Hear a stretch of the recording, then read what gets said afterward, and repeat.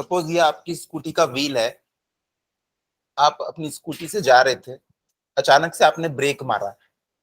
अभी भी ब्रेक जैसे ही मारा तो आप ये गोल गोल घूमना बंद हो जाता है, लेकिन ये ऐसे करके आगे की तरफ बढ़ता है जो हमारा व्हील है।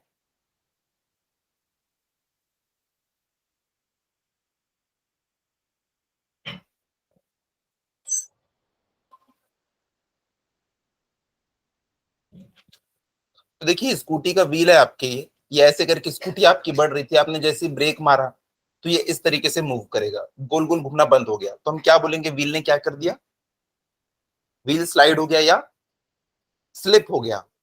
तो इस मोशन को हम क्या कहते हैं, स्लिपिंग मोशन। एक ऐसी बॉडी जो कि रोल करने के लायक है, लेकिन रोल करने के बजाय वो कैसे जा रही है, ऐसे घिसटते हुए जा रही है, तो इसको हम क्या कहते हैं, स्लिपिंग मोशन कहते हैं, स्लिप होना। स्लिपिंग मोशन की एक खास बात देखो, इसमें ये पहला पॉइंट, ये दूसरा पॉइंट और ये नीचे तीसरा पॉइंट है। अगर ये ऐसे जाएगी तो इस पॉइंट की वेलोसिटी v है, तो इसकी भी कितनी हो जाएगी v, और इसकी भी कितनी हो जाएगी v। तीनों की वेलोसिटी सेम डायरेक्शन में होगी, तीनों का मैग्नीट्यूड भी बिल्कुल सेम होगा। तो हमने स्लिपिंग मोशन देख लिया। अब बताओ, अगर ये अपनी ही जगह पे ऐसे गोल गोल घूम रही है, अपने आप आपने गाड़ी को स्टैंड पे लगा दिया और पीछे वाला व्हील रोटेट कर रहा है, इसको कौन सा मोशन कहते हैं, रोटेशन मोशन। इसमें देखो जो बीच वाला जो पॉइंट है, ये क्या इधर उधर जा रहा है, नहीं, लेकिन ये वाला पॉइंट की देखो वेलोसिटी इस डायरेक्शन में, ये ऐसे मूव कर रहा है। नीचे वाले पॉइंट की वेलोसिटी इस डायरेक्शन में, इस वाले पॉइंट की वेलोसिटी इस डायरेक्शन में, इस वाले पॉइंट की वेलोसिटी नीचे डायरेक्शन में। तो हर पॉइंट की वेलोसिटी अलग अलग होगी और उसकी डायरेक्शन भी अलग अलग होगी। ये होता है रोटेशन में। तो हमने स्लिपिंग मोशन देखा, हमने रोटेशनल मोशन देखा। अब सोचो आपकी बॉडी आगे की तरफ भी बढ़ रही है और साथ ही साथ रोटेट भी कर रही है। आगे बढ़ना साथ ही साथ रोटेट करना, इसको हम क्या कहते हैं, रोलिंग मोशन कहते हैं। तो तीन टाइप के मोशन हमने देख लिया। अगर ये ऐसे जा रहा है तो ये क्या कहलाएगा, स्लिपिंग। ये क्या कर रहा है, रोटेट। और ये क्या कर रहा है, अब रोल। तो लिखिएगा हेडिंग, स्लिपिंग,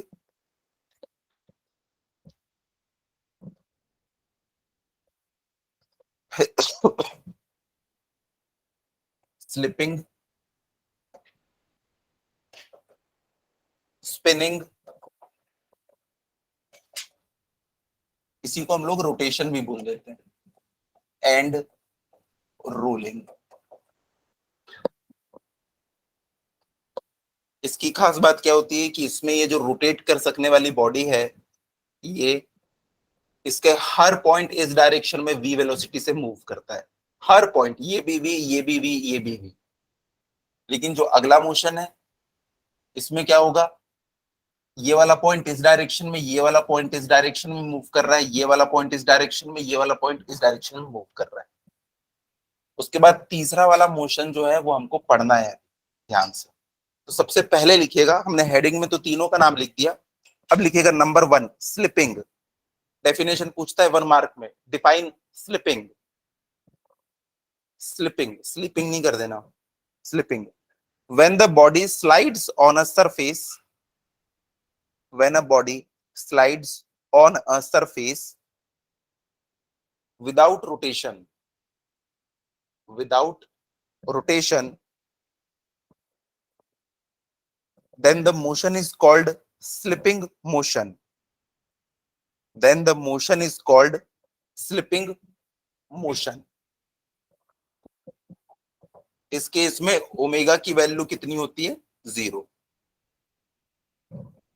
ओमेगा 0 है, मतलब एंगुलर स्पीड क्या है इसकी, 0। रोटेट कर ही नहीं रही है तो एंगुलर स्पीड क्या हो जाएगी, 0। तो ये डायग्राम बना लो, इसके नीचे में लिखना है फिर आपको। अब बॉडी के पास ना सिर्फ ट्रांसलेशन एनर्जी है, क्योंकि ये बॉडी सीधी सीधी आगे जा रही है, इसको हम क्या कहते हैं, ट्रांसलेशन मोशन। जैसे ये पेन देखो, ये क्या कर रहा है अभी, ट्रांसलेट कर रहा है। ये क्या कर रहा है अभी, रोटेट कर रहा है। तो ट्रांसलेशन मोशन का मतलब होता है उसका हर पॉइंट सेम स्पीड से सेम डायरेक्शन में मूव करे। तो यहाँ पे ये जो हमारा व्हील है, ये सीधा सीधा ऐसे मूव कर रहा था, रोटेट नहीं हो रहा है, तो ये क्या कहलाएगा, स्लिपिंग मोशन। तो ट्रांसलेटरी मोशन में काइनेटिक एनर्जी कितनी होती है, सब बच्चे जानते हैं, लिखिएगा कितनी। हाँ, kinetic energy of translation, kinetic energy of translation, इसको मैं ना के और यहाँ पे छोटा सा टी बना दूंगा मैं सबस्क्रिप्ट में कि ट्रांसलेशन है, उसमें क्या आएगा, रोटेशन आएगा, उसमें रोलिंग आएगा। तो के टी, ये काइनेटिक एनर्जी, ये कितनी हो जाती है, half M we square. Body poses only kinetic translation energy which is K T is equal to half M we square. ज्यादा कुछ लिखना नहीं है, बस K T is equal to half M we square. Number 2 लिखिएगा, spinning. Number 2 है spinning. When the body rotates in such a manner, when the body rotates in such a manner that its axis of rotation, its axis of rotation does not move, does not move। ये definitions 1 mark में पूछता है, इसलिए याद रखेंगे। जब इसका axis of rotation move ना करे, then its motion is called spinning motion. ये देखो, ये अपनी जगह पे स्पिन कर रहा है ये, क्योंकि इसका जो एक्सिस ऑफ रोटेशन ना, ये पेन है, पेन, ये अपनी जगह पे है। लेकिन अगर मान लो ये भी ऐसे आगे मूव करने लगे, एक्सिस ऑफ स्पिन, तो ये क्या कहलाएगा, रोलिंग कहलाएगा। तो बस ये एक्सिस ऑफ स्पिन है ना, इसी का मोशन बताना है। अगर ये एक जगह पे फिक्स्ड है तभी क्या कहलाएगा, स्पिनिंग मोशन कहलाएगा। ठीक है, पंखा क्या कर रहा है, रोल कर रहा है या स्पिन कर रहा है, स्पिन कर रहा है, क्योंकि उसका एक्सिस जो है ना फिक्स्ड है, एक ही जगह पे मूव नहीं कर रहा है। हमारी गाड़ी का जो व्हील है वो क्या करता है, रोल करता है, क्योंकि उसका एक्सिस ऑफ स्पिन ना समय के साथ चेंज होता जा रहा है। चलिए लिखिएगा इसमें, in spinning the body possess rotatory kinetic energy. और ये डायग्राम बना लेना।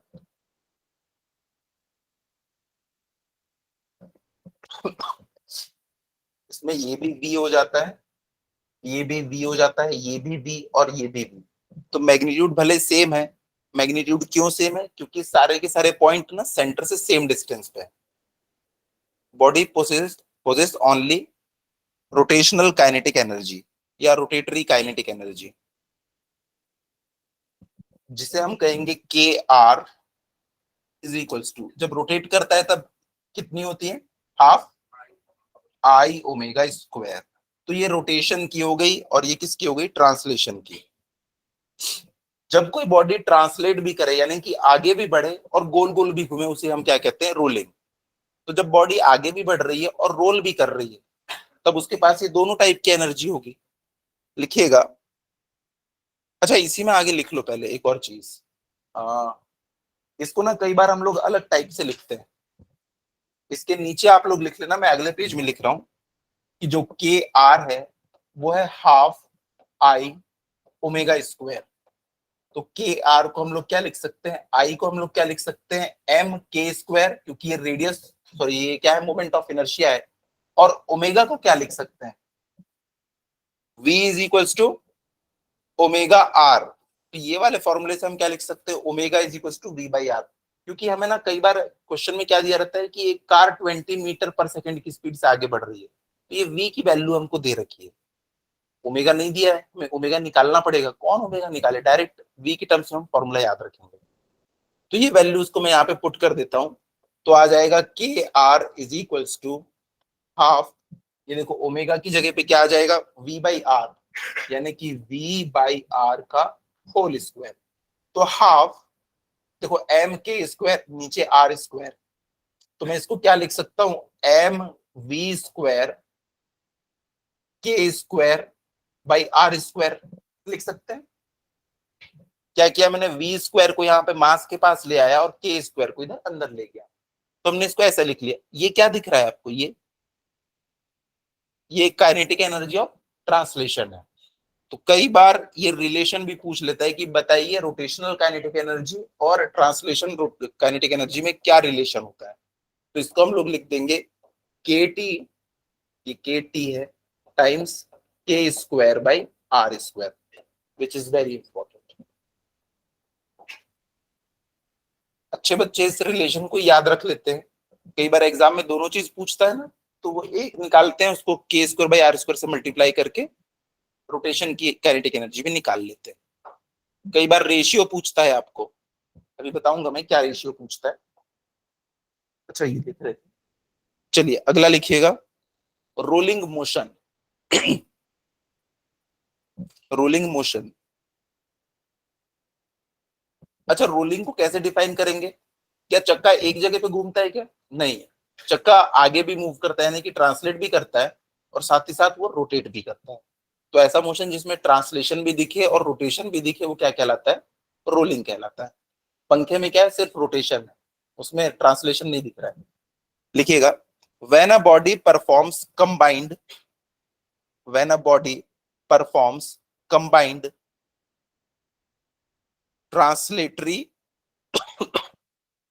and rotatory motion, translatory and rotatory motion, then it is known as rolling. Then it is known as rolling.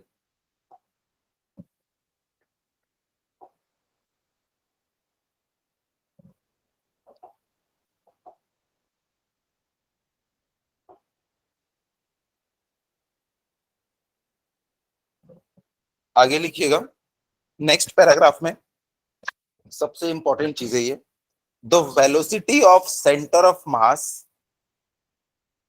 The velocity of centre of mass represents represents linear motion, linear motion, while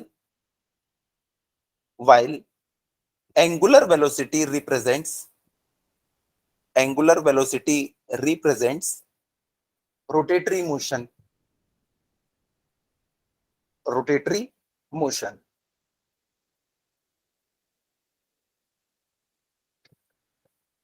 इसका जो centre of मास होगा ना, ये क्या हमको बताएगा? Translatory motion की velocity, और इसका एक अपना ओमेगा तो हो गई क्योंकि ये गोल गोल घूम रहा है। तो देखो इसके सेंटर की जो वेलोसिटी होगी, सोचो ये कार में लगा हुआ है, तो कार का जो सेंटर है इसके व्हील का, इसकी भी वेलोसिटी कितनी हो जाएगी? v हो जाएगी।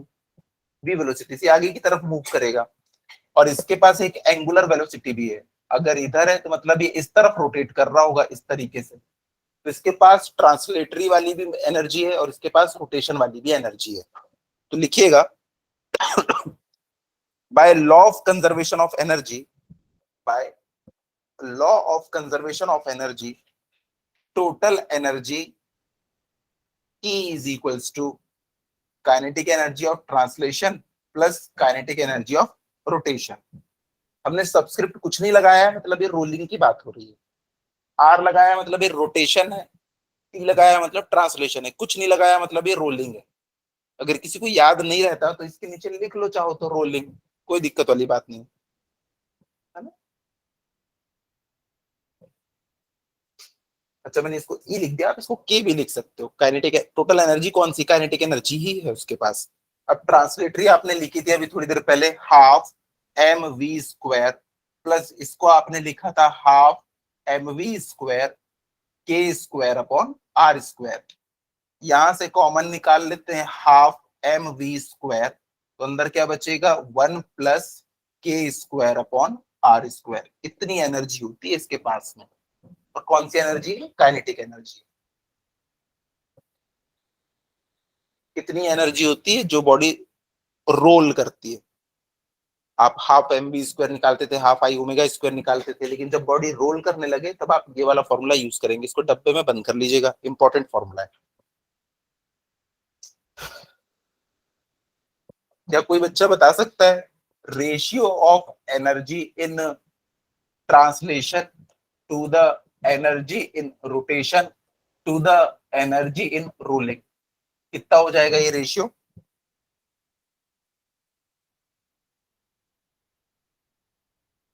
ये रेशियो पूछता है आपसे एग्जाम में।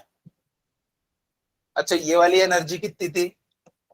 Half M we square is to half M we square K square by are square is to half M we square 1 plus के स्क्वायर बाई आर स्क्वायर। यहाँ पे हमको रेशियो सही से समझ में नहीं आ रहा है। तीनों के तीनों को हाफ एम वी स्क्वायर से डिवाइड कर दो, क्योंकि तीनों में कॉमन है। जैसे हमने डिवाइड किया ये क्या बन जाएगा? 1 वेरी गुड। तो 1:2 ये क्या बन जाएगा, के स्क्वायर बाई आर स्क्वायर, और ये क्या बन जाएगा, हाँ 1 प्लस, ये बन जाएगा 1 प्लस के स्क्वायर अपॉन आर स्क्वायर। तो ये रेशियो आपसे निकालने के लिए बोलता है, कॉम्पिटिटिव एग्जाम्स में पूछता है ये कि एक व्हील है वो इस वेलोसिटी से रोटेट कर रहा है, या उसकी एंगुलर वेलोसिटी ये है, तो बताओ उसकी तीनों की तीनों जो वेलोसिटीज है, ट्रांसलेशन की, रोटेशन की और रोलिंग की, उनकी एनर्जी के बीच में क्या रेशियो होगा। हाँ गुड इवनिंग तान्या। तो ये छाप लिया आप लोगों ने। हाँ अरे भावनाओं को समझो, कुछ मिस हो गया तो वो लिख लेना, के स्क्वायर बाई आर स्क्वायर, ठीक है। चलिए लिखिएगा आगे। Rolling motion on an inclined plane, rolling motion on an inclined plane,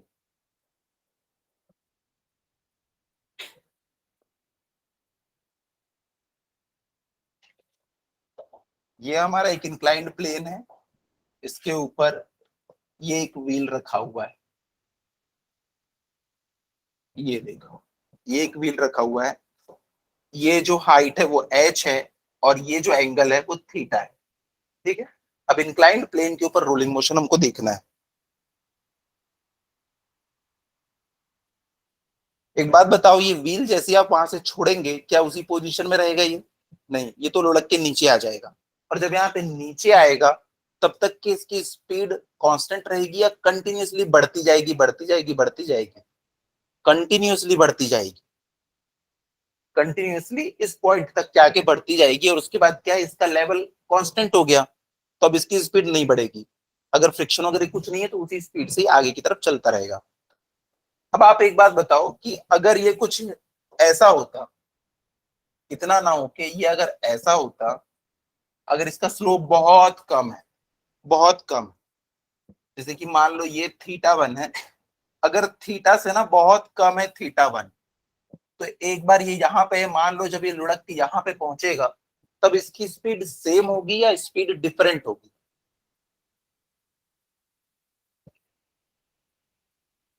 friction विक्शन कुछ नहीं है, मेरा क्वेश्चन समझ गए ना। आप ओवरब्रिज से उतरते हो, कुछ ओवरब्रिज एकदम शार्प नीचे उतर जाते हैं, कुछ कुछ बहुत लंबे होते हैं, मतलब उनका थीटा बहुत कम होता है, तो एट द एंड यहाँ पे बताओ स्पीड सेम होगी या अलग अलग होगी। दोनों की हाइट बिल्कुल सेम है, लेकिन दोनों ने ज्यादा डिस्टेंस कवर किए, उसने उसमें एंगल बहुत शार्प है, इसमें एंगल बहुत जो है, बताइए यहाँ पे एंड में इसकी जो वेलोसिटी होगी और इसकी जो वेलोसिटी होगी सेम होगी या डिफरेंट होगी, अलग अलग होगी। हाँ इसी का हमको पता लगाना है कि अलग अलग होगी कि सेम होगी।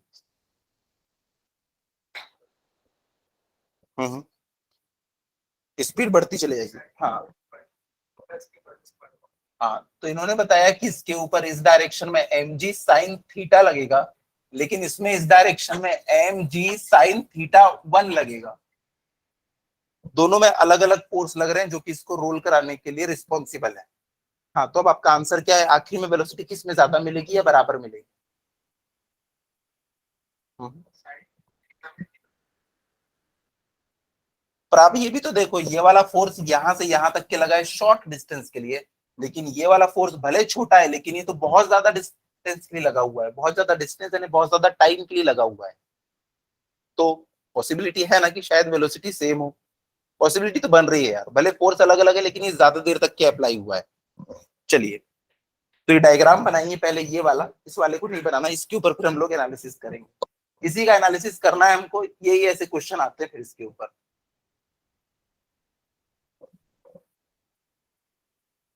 देखते हैं वेलोसिटी सेम रहती है या डिफरेंट रहती है। क्या डायग्राम बन गया। एक बात बताओ, ये जो है ग्राउंड से h हाइट के ऊपर है, इसके पास कौन सी एनर्जी है अभी, पोटेंशियल एनर्जी है, ग्राउंड से h हाइट के ऊपर है, तो इसके पास कितनी पोटेंशियल एनर्जी होगी, mgh, और जैसे ही आप इसको छोड़ोगे तो ये नीचे आना शुरू हो जाएगा, मतलब इसकी जो पोटेंशियल एनर्जी है ना वो धीरे धीरे किस में कन्वर्ट हो रही है, काइनेटिक एनर्जी में कन्वर्ट हो रही है, जैसे ये पेंडुलम होता है, इसको आपने ऐसा रखा है, इसके पास पोटेंशियल एनर्जी है, ये इसकी काइनेटिक एनर्जी में कन्वर्ट होता है।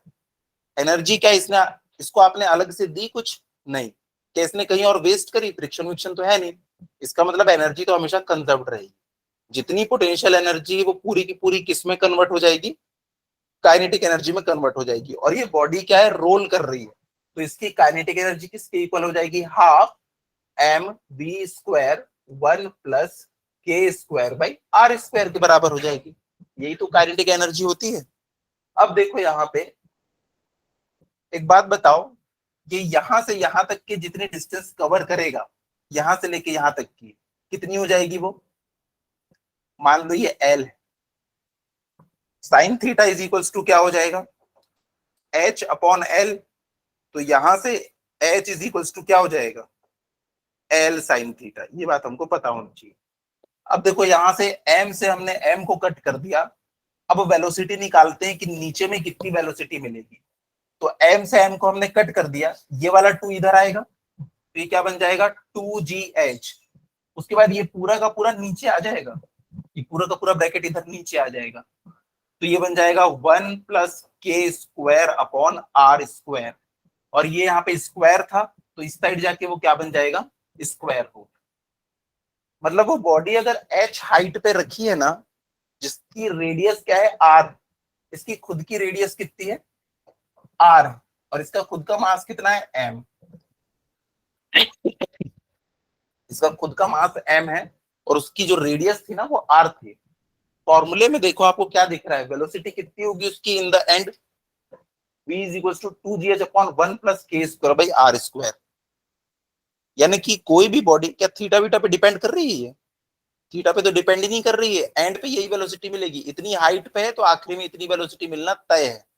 बस फ्रिक्शन विक्शन नहीं होना चाहिए, फ्रिक्शन रहेगा तो लंबे पाथ में ज्यादा फ्रिक्शन होगा, तो अगर फ्रिक्शन नहीं है तो आखिर में इतनी वेलोसिटी मिल रही है। क्या ये बॉडी के मास पे डिपेंड कर रही है क्या, नहीं। तो बड़ा वाला व्हील हो, मतलब एकदम भारी व्हील हो चाहे हल्का व्हील हो, अगर सेम रेडियस है तो भैया वो सेम वेलोसिटी से नीचे पहुंचेगा, चाहे आपने स्लोप थीटा रखा हो, चाहे थीटा बाई 2 रखा हो, चाहे कुछ भी रखा हो। ऐसे कंक्लूजन पे हम क्यों पहुंचे, क्योंकि वेलोसिटी के फॉर्मूले में थीटा कहीं नहीं आ रहा है।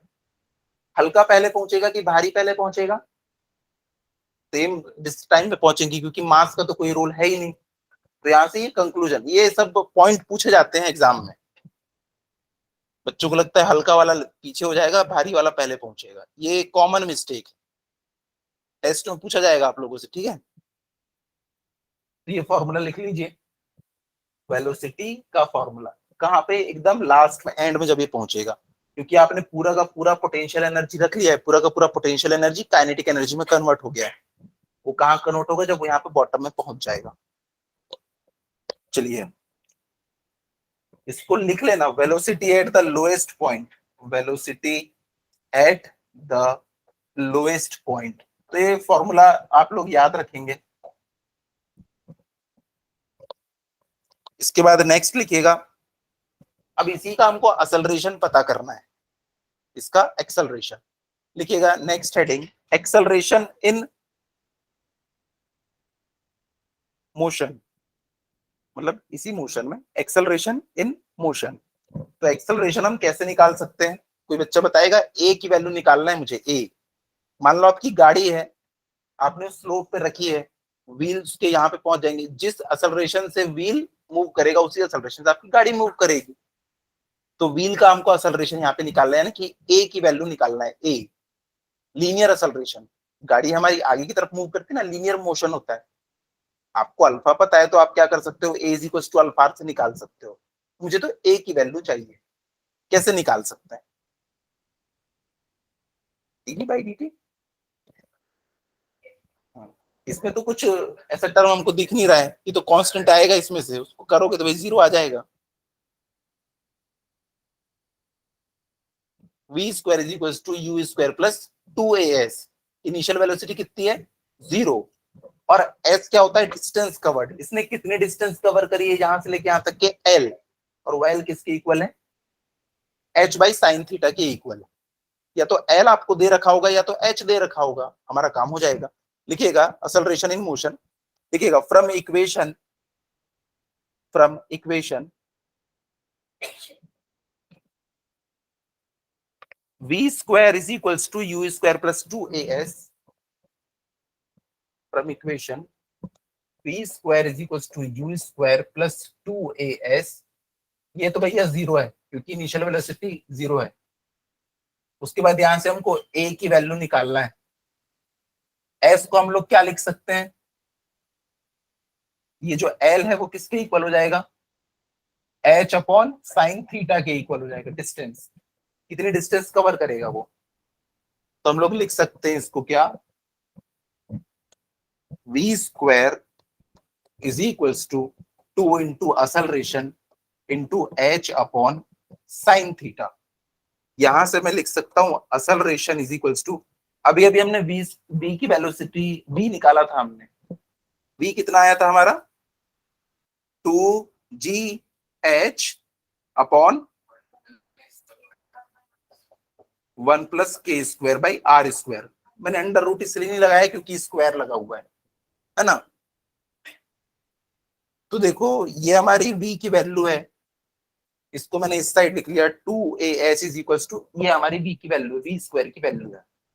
अब यहां से 2 इंटू ए, एस कितना है h upon sine theta is equals to 2gh upon 1 plus के स्क्वायर बाई आर स्क्वायर। तो यहां से हमको मिल जाएगा acceleration is equals to h से h कट जाएगा, 2 से 2 कट जाएगा और ये क्या बच जाएगा g अपॉन सॉरी जी साइन थीटा अपॉन 1 प्लस के स्क्वायर बाई आर स्क्वायर। देखो मेरे को फॉर्मूला एक भी याद नहीं है लेकिन हम डिराइव करते चले जा रहे हैं।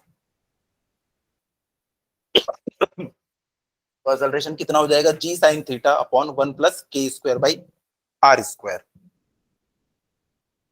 इसके बाद एक और चीज पूछता है इसमें, टाइम ऑफ डिसेंट, मतलब कितना समय लगेगा इसको ऊपर से नीचे आने में। टाइम ऑफ डिसेंट इंपॉर्टेंट है ये। कैसे निकालेंगे, आपने वेलोसिटी निकाल ली है, आपने एक्सेलरेशन निकाल लिया है, अब आपको टाइम चाहिए, कौन सा फॉर्मूला लगाएंगे, v equals to u plus at। लिखिएगा नेक्स्ट इसमें टाइम ऑफ डिसेंट यानी कि नीचे उतरने का समय, टाइम ऑफ डिसेंट। तो v is equals to u plus at। इसमें इसकी वैल्यू तो जीरो है, वेलोसिटी अभी अभी हम लोगों ने निकाली थी, एक्सेलरेशन हम लोगों ने निकाल चुका है। चलो टाइम की वैल्यू निकाल के बताइए इन दोनों फॉर्मूले से, एक बार खुद से कोशिश करो।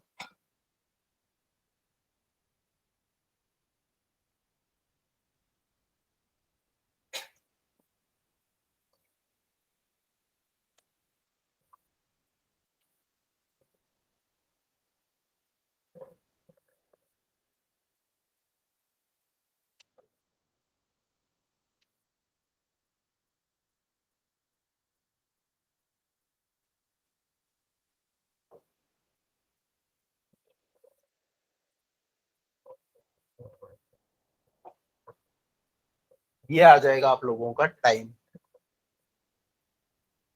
तो एग्जाम में क्या ये डिराइव करोगे सारे फॉर्मूले, नहीं, फॉर्मूले ना याद रहने चाहिए सारे के सारे फॉर्मूले।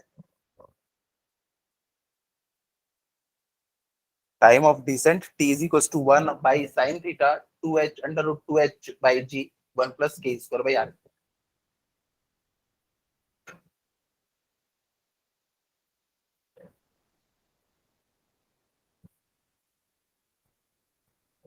डिराइव कर ली,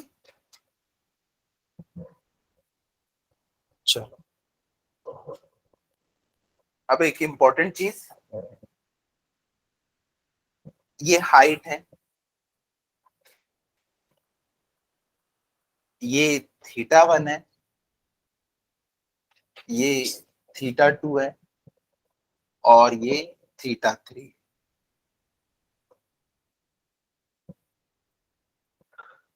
और यहाँ ऊपर टॉप पे हमारी ये बॉल रखी हुई है या व्हील रखा हुआ है। तो इसमें 4 रिलेशन हमको टोटल बताने पड़ते हैं। सबसे पहले देखो थीटा 1, थीटा 2, थीटा 3, कौन सबसे बड़ा है, थीटा 3 बड़ा है, थीटा 1 सबसे बड़ा है, थीटा 1 सबसे बड़ा, उससे छोटा थीटा 2, उससे छोटा थीटा 3। ठीक, इसके बाद बताएंगे रिलेशन असलरेशन का। इस वाले में एक में जी नहीं था, दूसरे में जी है ना, और वो भी अंडर रूट के अंदर है उसमें जी। हाँ, ये वाला जी देखो ना अंडर रूट के अंदर है।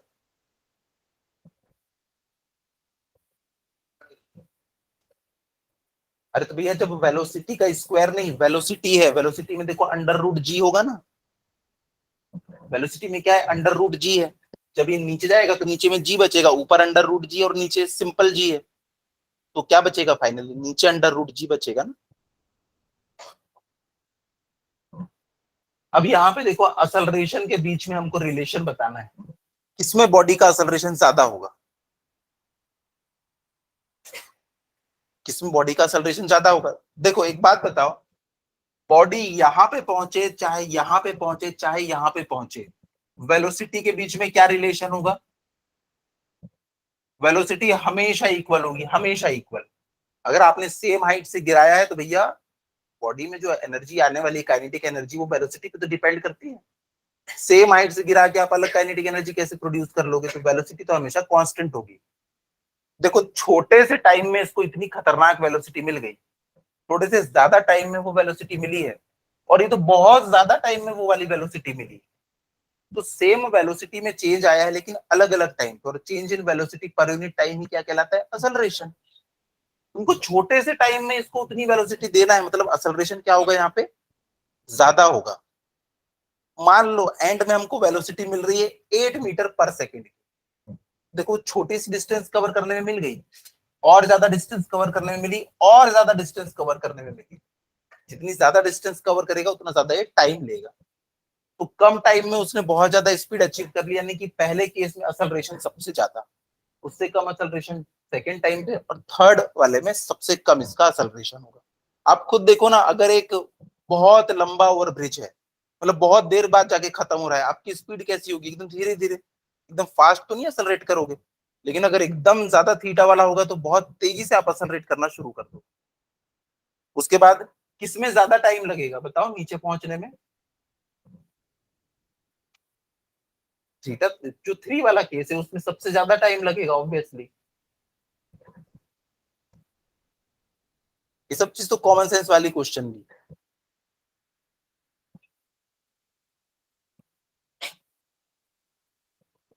चलिए क्वेश्चन लिखिएगा,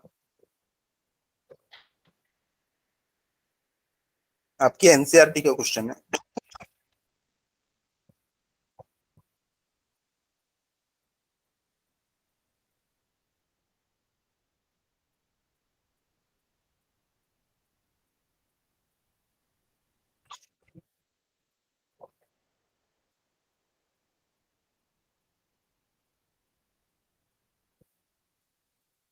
एक सॉलिड स्फीयर है, ये रोल कर रहा है टू डिफरेंट इंक्लाइंड प्लेन्स के ऊपर, एक का थीटा वन एक का थीटा टू, ठीक है, और दोनों की हाइट बिल्कुल सेम है, but different angles of inclination.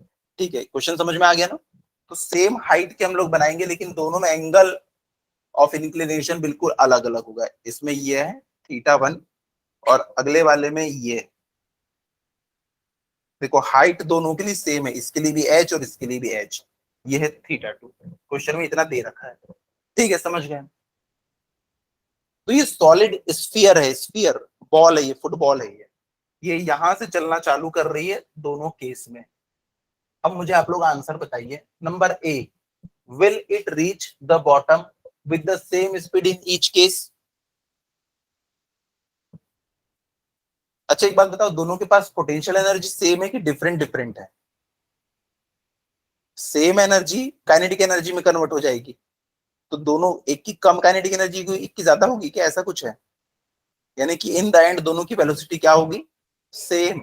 अभी थोड़ी देर पहले तो लिखा है हमने v1 is equal to v2 is equal to v3, दो तीन बच्चे मुंडी ऐसे नहीं नहीं हिला रहे थे। भाई सेम हाइट से वो नीचे पहुंचेगा तो उसके पास सेम वेलोसिटी होगी, तो जब वो यहाँ पे पहुंचेगा ना, तो जो इसके पास वेलोसिटी होगी यहाँ पे पहुंचने पे भी सेम वेलोसिटी होगी। अगर ये v1 है और ये v2 है, तो v1 is equals to v2 is equals to v, always जब तक की हाइट सेम है। भाई इसकी पोटेंशियल एनर्जी तो काइनेटिक एनर्जी में कन्वर्ट हुई है। अगला क्या पूछ रहा है, will it take longer to roll down one plane than the other, क्या एक प्लेन से ज्यादा समय इसको दूसरे प्लेन में मूव करने में लगेगा? हाँ ऑब्वियसली यार, एक के ऊपर स्लोप कम है, एक पे स्लोप ज्यादा है, जिसमें स्लोप कम है ना उसमें इसको ज्यादा समय लगेगा नीचे उतरने में। खुद इमेजिन करके देखो ना यार ओवर ब्रिज से, ठीक है। तो क्या बोलेंगे, yes in the lesser slope it will take more time to roll down. ये स्टेटमेंट लिखना है हमको, स्टेटमेंट पूरा कंप्लीट लिखना होगा। उसके बाद तीसरा वाला क्या पूछ रहा है ये, इफ सो, अच्छा ये पूछ लिया, if so which one and why. तो आपको पता है कि जिसमें कम स्लोप है उसमें इसको ज्यादा टाइम लगेगा रोल डाउन होने में, ठीक है। चलिए इसके बाद अगला क्वेश्चन है, ये वाला क्वेश्चन आप लोगों को अभी सॉल्व करना है। A hoop of radius, hoop किसे कहते हैं?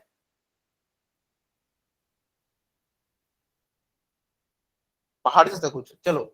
अ हुप ऑफ रेडियस 2 मीटर, अरे 2 मीटर रेडियस का पहाड़ है। A hoop of radius 2 metre weighs 100 kg, हल्का फुल्का पहाड़। It rolls along a horizontal floor, पहाड़ रोल भी हो रहा है, मतलब पहाड़ तो नहीं है, उसको हिल कहते हैं, हिल, है ना। हुप क्या होगा,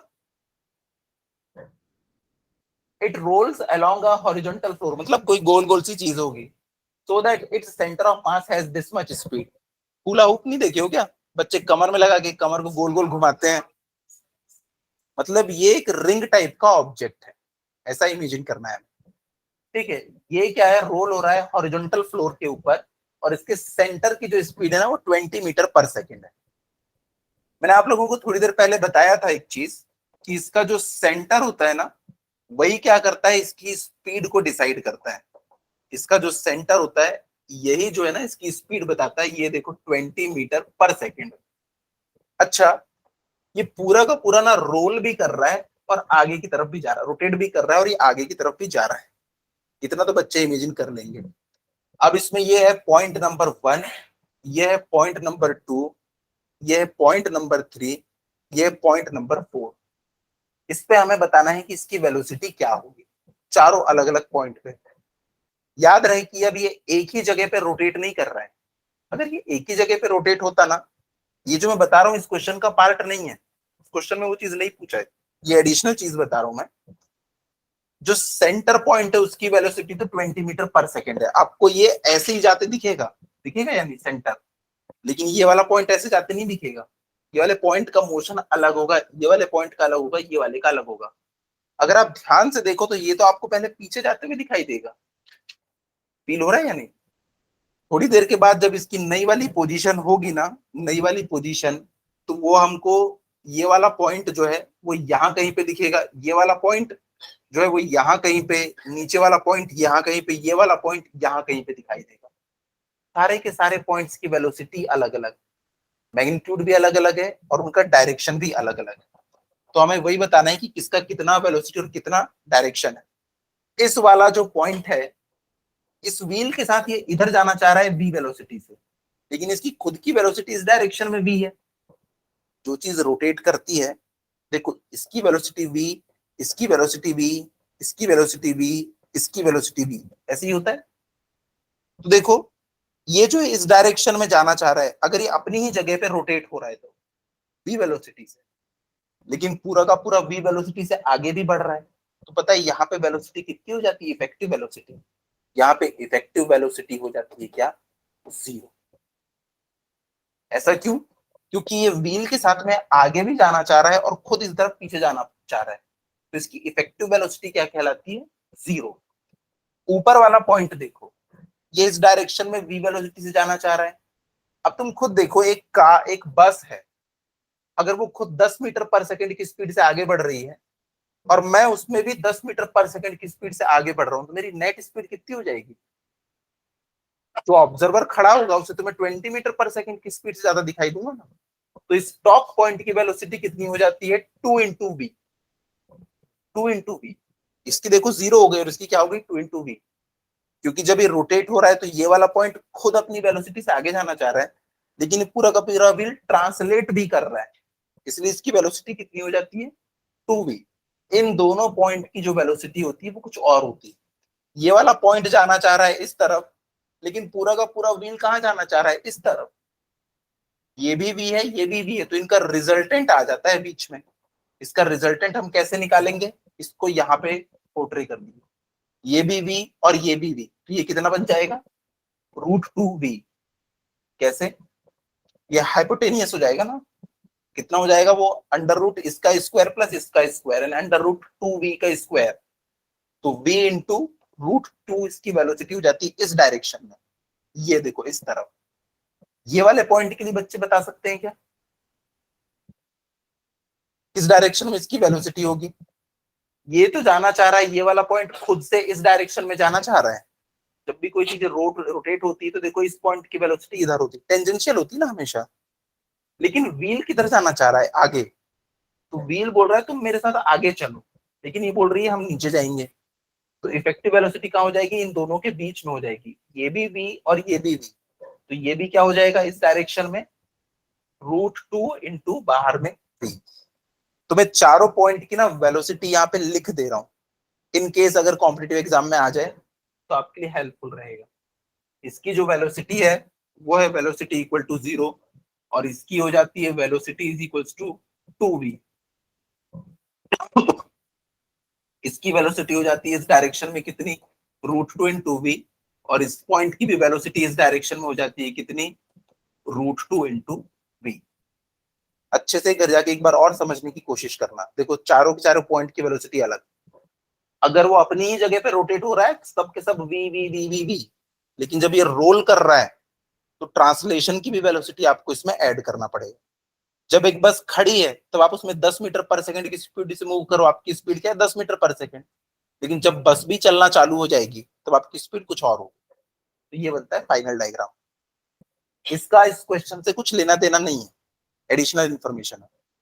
back to this question, a hoop of radius 2 metre जिसका मास है 100 kg, ये रोल कर रहा है हॉरिजॉन्टल फ्लोर पे, सो दैट इसका जो सेंटर है ना 20 मीटर पर सेकंड की स्पीड से मूव कर रहा है। ठीक है चलो, मतलब पूरा का पूरा भी 20 मीटर पर सेकंड की स्पीड से मूव कर रहा है। How much work has to be done to stop it, इसको रोकने के लिए आपको कितना वर्क करना पड़ेगा। जब ये रुक जाएगा तो इसकी काइनेटिक एनर्जी क्या हो जाएगी, 0। मतलब आपको ना इसकी काइनेटिक एनर्जी को 0 करना है, खत्म। तो आप निकाल लो इसकी काइनेटिक एनर्जी कितनी है, उतना ही आपको वर्क करना पड़ेगा उसको 0 करने के लिए।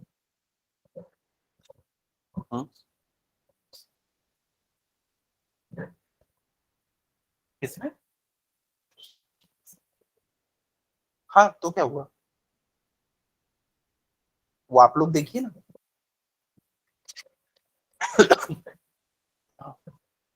हमेशा मीटर में रख के चलना, मीटर में। ये है हमारा हुप, जिसका जो सेंटर है वो जा रहा है किससे, 20 सेंटीमीटर पर सेकंड की स्पीड से, जिसको मैंने लिख लिया 0.2 मीटर पर सेकंड की स्पीड से। अब पूछ रहा है इसको रोकने के लिए कितना वर्क करना पड़ेगा। भाई जितनी इसके पास काइनेटिक एनर्जी ना उसको आपको खत्म करना पड़ेगा। उसे खत्म करने के लिए सबसे पहले आपको काइनेटिक एनर्जी निकालना पड़ेगा।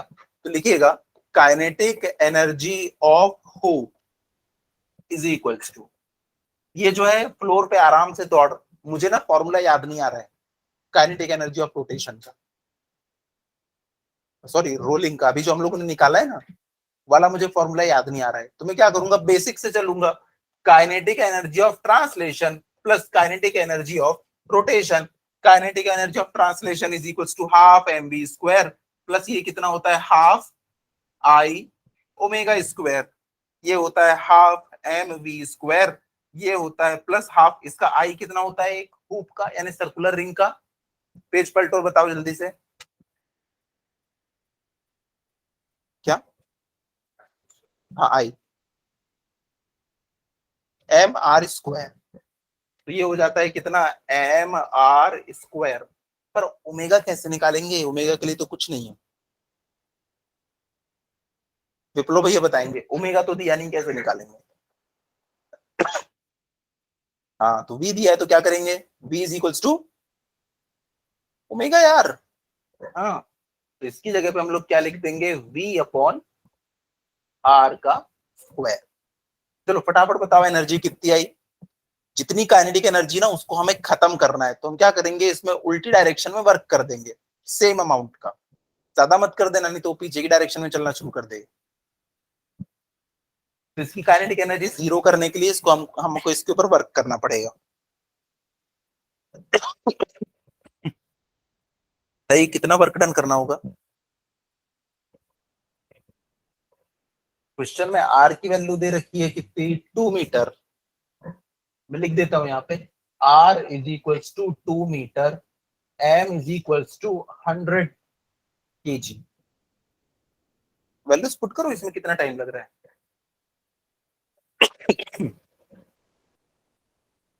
हाफ इंटू 100 इंटू 0.2 का स्क्वायर, मैंने कॉमन निकाल लिया।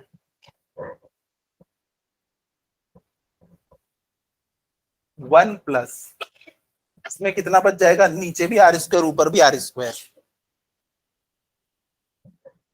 देखो एम आर स्क्वायर निकाला मैंने, और ये क्या है, वी बाई आर स्क्वायर, तो आर स्क्वायर से आर स्क्वायर कट जाएगा, ये तो कट जा रहा है सीधा, तो दोनों में क्या बच जा रहा है, ये भी वन बच जा रहा है।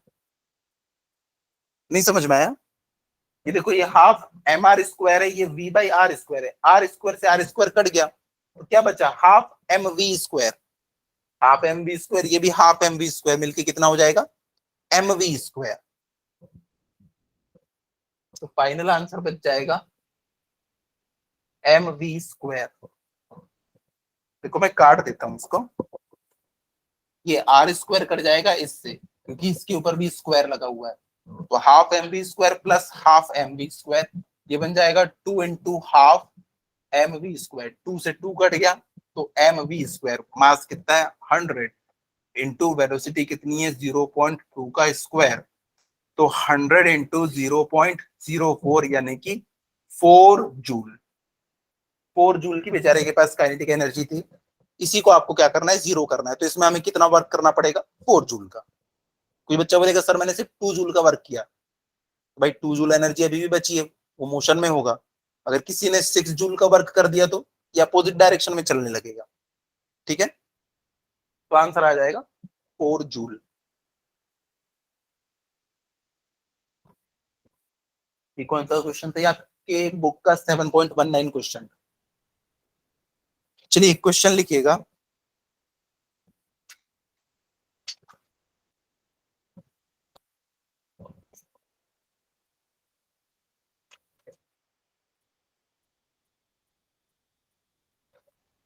स्पोक्ड फ्लाईव्हील,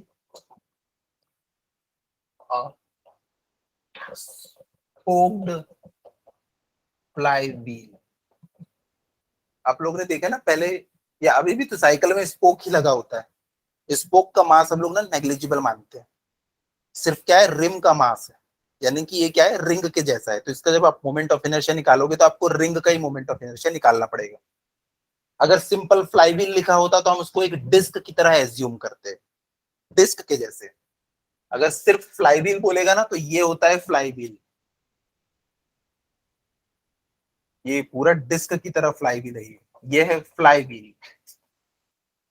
और अगर आपको बोल दिया स्पोक्ड फ्लाईव्हील, स्पोक्ड फ्लाईव्हील, तो ये होता है स्पोक्ड फ्लाईव्हील। इसके लिए आई की वैल्यू होती है एम आर स्क्वायर, और इसके लिए आई की वैल्यू होती है हाफ एम आर स्क्वायर।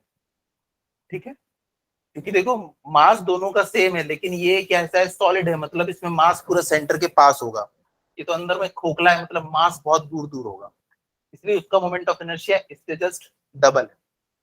तो a spoked fly wheel is given power of, given power of 20 watt.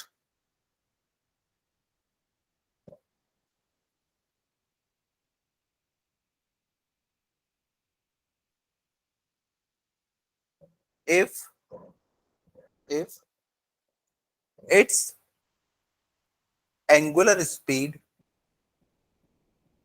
if its angular speed is 200 radian per second, 200 radian per second, and radius is 1.2 meter. 2 meter. Find the force applied. Find the force applied. ये एक question है, इसके लिए 8-10 line छोड़ दो, उसके बाद अगला क्वेश्चन लिखो. A bar of 4 kg mass and 3 meter length is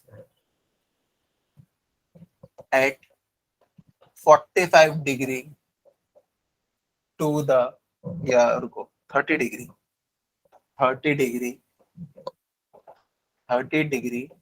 to the horizontal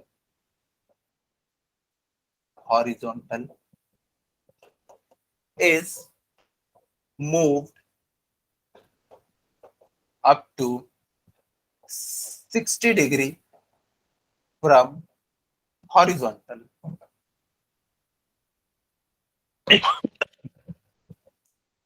Find the work done in it. कुछ वर्क लगाओगे तभी तो वो 30 डिग्री पे थी, अब 60 डिग्री पे पहुंचेगी.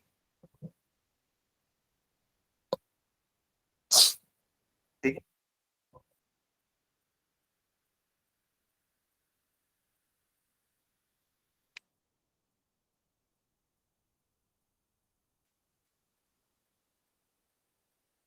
चलो इस क्वेश्चन को पहले सॉल्व करो.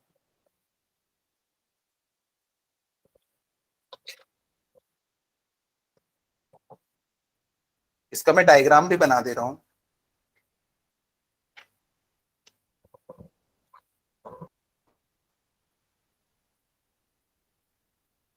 ये पहले इस पोजीशन पे थी, यहां से इसने 30 डिग्री बनाया हुआ था.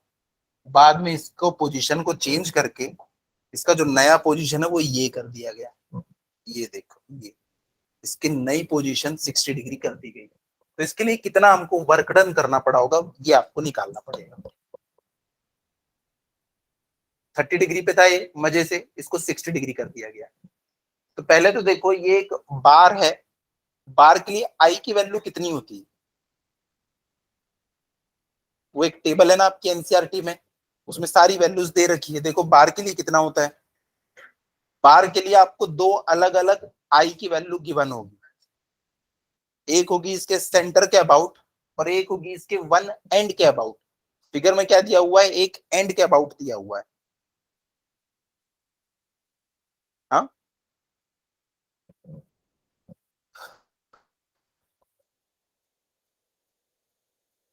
हाँ, इसमें तो सेंटर के अबाउट दिया हुआ है. इसमें सेंटर के अबाउट दिया हुआ है. तो यहाँ इस एक्सिस के अबाउट होता है ये कितना, एम एल स्क्वायर बाई 3 होता है इसका जो आई होता है.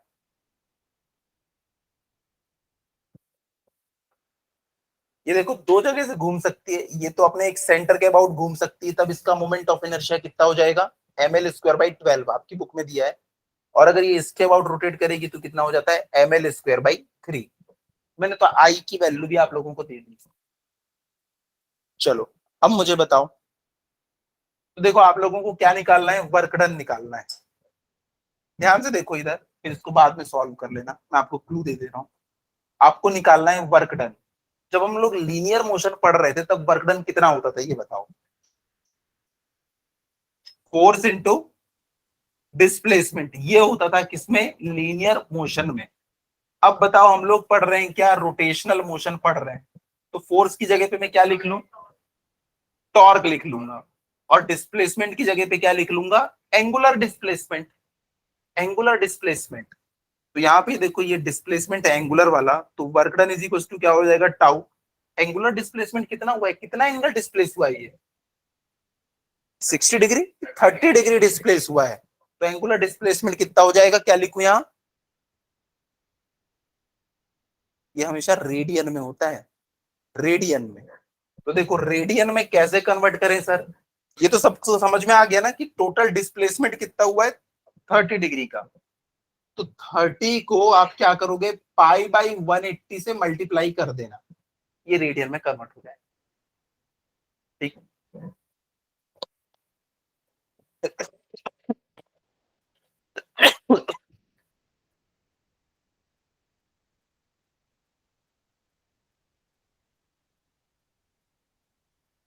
इसमें कुछ मिसिंग है लग रहा है।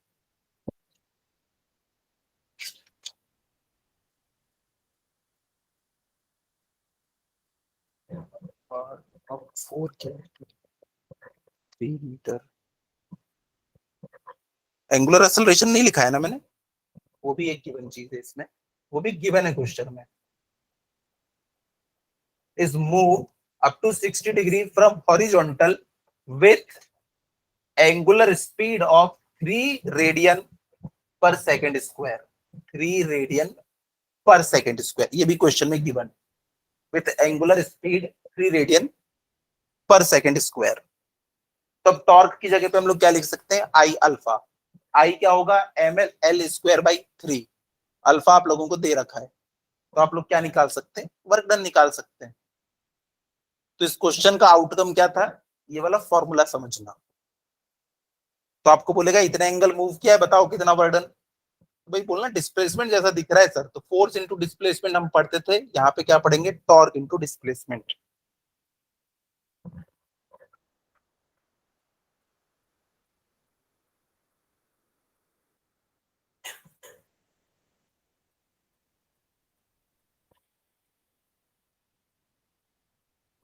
आया किसी का आंसर,